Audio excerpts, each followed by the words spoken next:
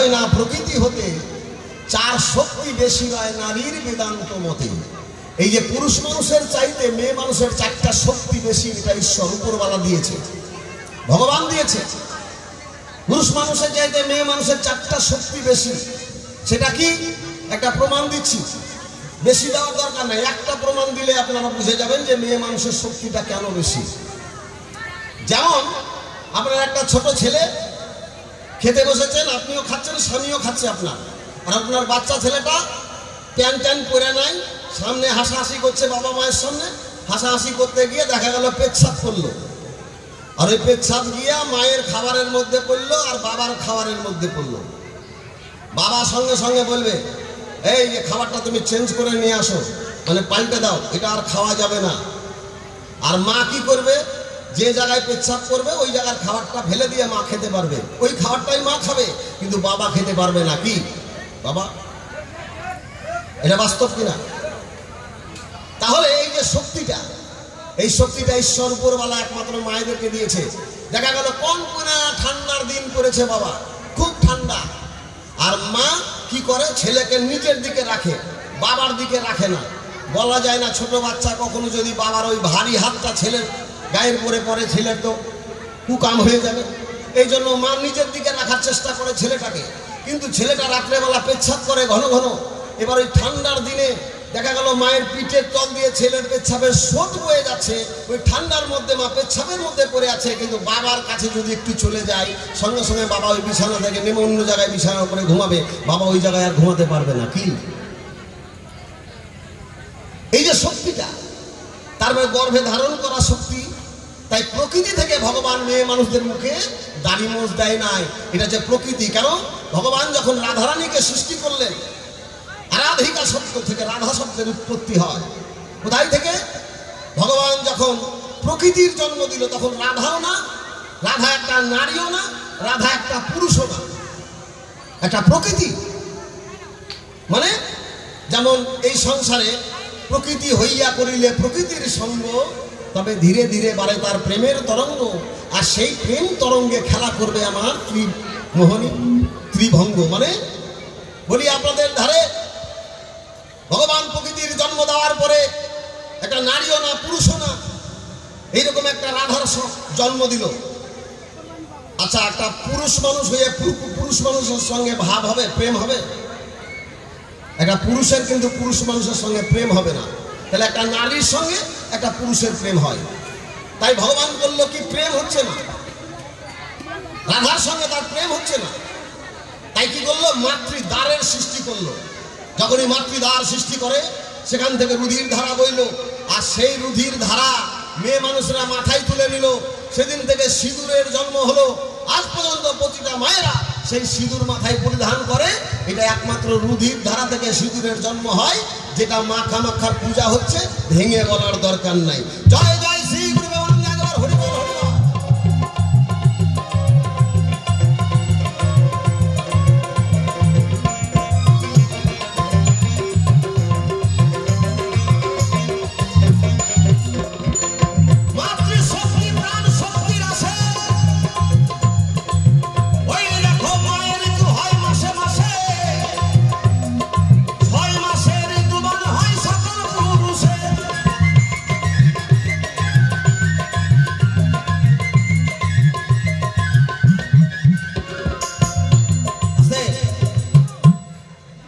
মহাজন বলছে, মাতৃশক্তি প্রাণ শক্তির আসে, মায়ের ঋতু হয় মাসে মাসে, 6 মাসে ঋতুবান হয় সকল পুরুষে।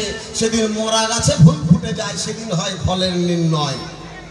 মাথায় রাখবেন, 12 বছর বয়সকালে গিয়ে শিক্ষাগুরুর কাছে আশ্রয় নেবেন। আর শিক্ষাগুরুর কাছে যেদিন আশ্রয় নেবেন, আপনার দেহটা মরা বৃক্ষ, মরা গাছ, এই মরা গাছে সেদিন ফুল ফুটবে।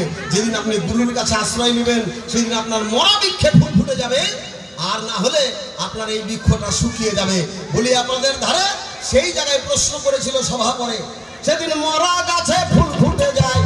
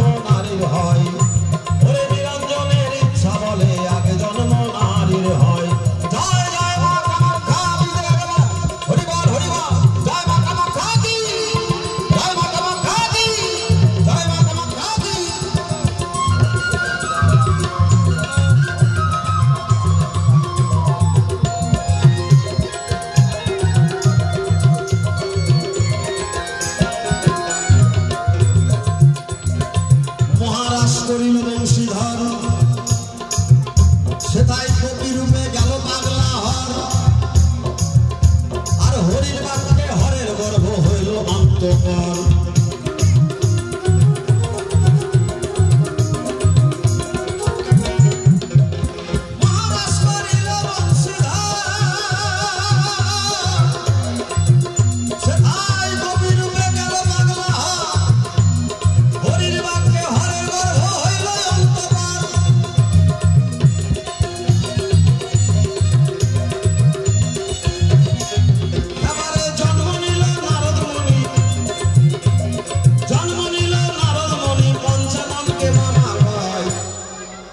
কি বললো?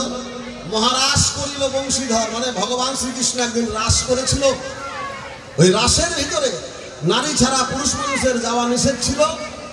দেবাদিদেব মহাদেব শিব ওই রাসের মধ্যে যায়, একটা মেয়ে মানুষের মতো ঘোমটা দিয়ে শিব যখন রাসের মধ্যে গেল, কৃষ্ণ ভগবান আর রাস জমছে না, তাই সখীদেরকে বলেছিল দেখো তো খুঁজে আমার রাসের ভিতরে কোন পুরুষ মানুষ এসেছে।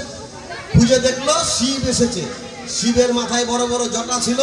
সখীরা ধরে টেনে কৃষ্ণ ভগবানের কাছে যখন নিয়ে যেতে গেল, দুটা জট তার ছিটে গেল, দুটা জট ছিঁড়ে যায়। সেখান থেকে রজকিনী চণ্ডীদাসের জন্ম হয়। এবার শিবের কাছে কৃষ্ণের কাছে শিবকে নিয়ে গেল, তখন কৃষ্ণ ভগবান শিবকে অভিশাপ দিল, মহাদেব তুমি জানো যে নারী ছাড়া পুরুষ মানুষ কোনো রাসে আসতে পারবে না, তাই তুমি এসেছো, তাই তোমাকে অভিশাপ দিচ্ছি, তোমার যেন গর্ভ হয়। গর্ভ কাদের হয়? মায়েদের গর্ভ হয়, যে গর্ভের মধ্যে আমি একদিন ছিলাম পেটের ভিতরে। এইবারে বাক্য হচ্ছে ব্রহ্ম, কৃষ্ণের বাক্য ব্রহ্মের দ্বারা শিবের পেটে একটা সন্তান হলো। 10 মাস 10 দিন পরে লিঙ্গদ্বার থেকে গুজ্জদ্বার পর্যন্ত জায়গাটাকে চিরে দেবাদিদেব মহাদেব একটা সন্তান প্রসব করে, আর সেই সন্তানের নাম ছিল নারদমণি। আপনারা জানেন যে বলেছে, প্রশ্ন করেছে কোন পুরুষ মানুষের সন্তান হয়েছিল, সে পুরুষ মানুষটা ছিল শিব, আর তার ছেলেটার নাম ছিল নারদমণি। শিব আর নারদের মামা ভাগ্না সম্পর্ক কেন? এবার যার পেট থেকে আমার জন্ম হয় সে আমার কি হবে? মা। আমি যার পেট থেকে জন্ম নিয়েছি সে আমার মা, তাহলে শিবের পেট থেকে নারদের জন্ম হয়েছে, নারদের মা কি হবে? শিব। তাই শিবকে নারদমণি মা বলে ডাকতো। তাই কৃষ্ণ ভগবান একদিন ডেকে বলল, শোন বাবা, তুই যার পেট থেকে জন্ম নিয়েছিস সে তোর মা, কিন্তু তুই যখন মা বলবি একবার বলবি না, পরপর 2 বার মা বলবি, মা মা। এই যে সেদিন থেকে মা মা শব্দটা 2 বার হলো, এই জন্য মামার ভাগ্না শিব আর নারদের মধ্যে সম্পর্ক পাওয়া গেল। জয় জয় শ্রী গুরু হরিবল হরিবল।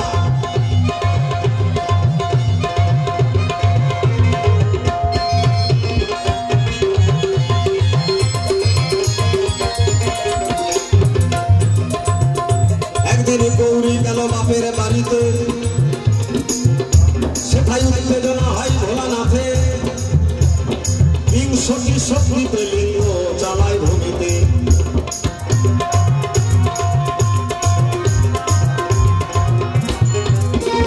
গৌরী গেল বাপের বাড়িতে, সেটাই উত্তেজনা হয় ভোলানাথে। 20টি শক্তিতে লিঙ্গ চালায় ভূমিতে।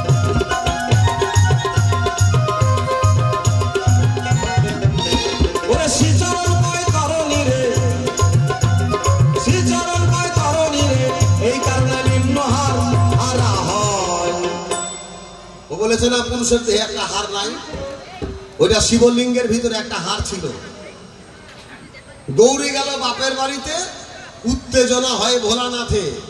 20টি শক্তিতে লিঙ্গ চালায় ভূমিতে। এই যে শিবলিঙ্গ, একদিন শিব মাটির মধ্যে চালনা করেছিল, তখন বসুমাতা মাটির দেবতা নারায়ণের কাছে প্রার্থনা করলেন, প্রভু ভোলানাথ যে কর্ম করেছে তার থেকে তুমি আমাকে বাঁচাও, রক্ষা করো। আর পার্বতী সেদিন বাবার বাড়ি চলে গিয়েছিল, ছিল না, শিবের কাছে ছিল না।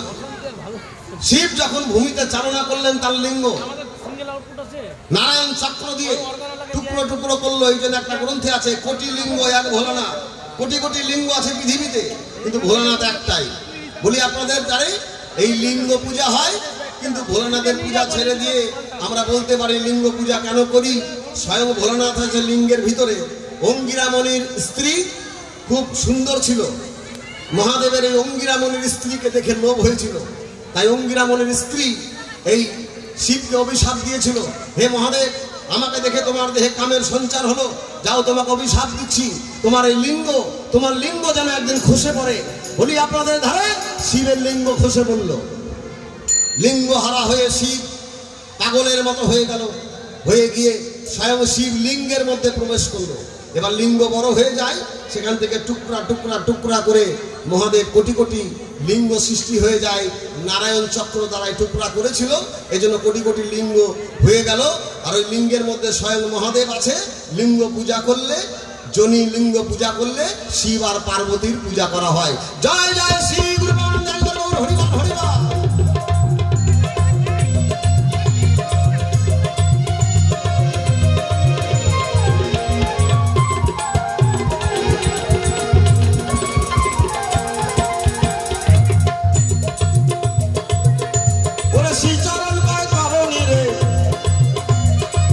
নিম্নহার এই কারণে হারা হয়, নিরঞ্জনের ইচ্ছা বলে আগে জন্ম নারীর হয়।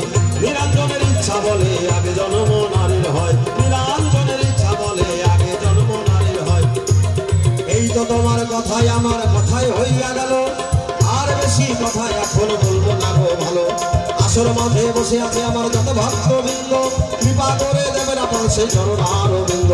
আমি ওদের পরবর্তী সাধন পদের কিছু জানা নাই, ভুল হলে ক্ষমা করিবেন সবাই। আসর মাঝে থাকে যদি কোনো মিয়ামুল্লাহ ভাই, বান্দা হইয়া সবাইকে আমি সালাম জানাই।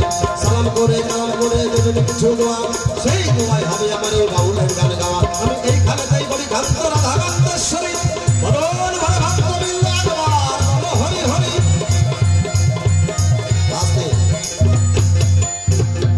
যেহেতু মহাশ্মশানে এসেছি, একটা মহাশ্মশানের গান গাইতে হবে। এভে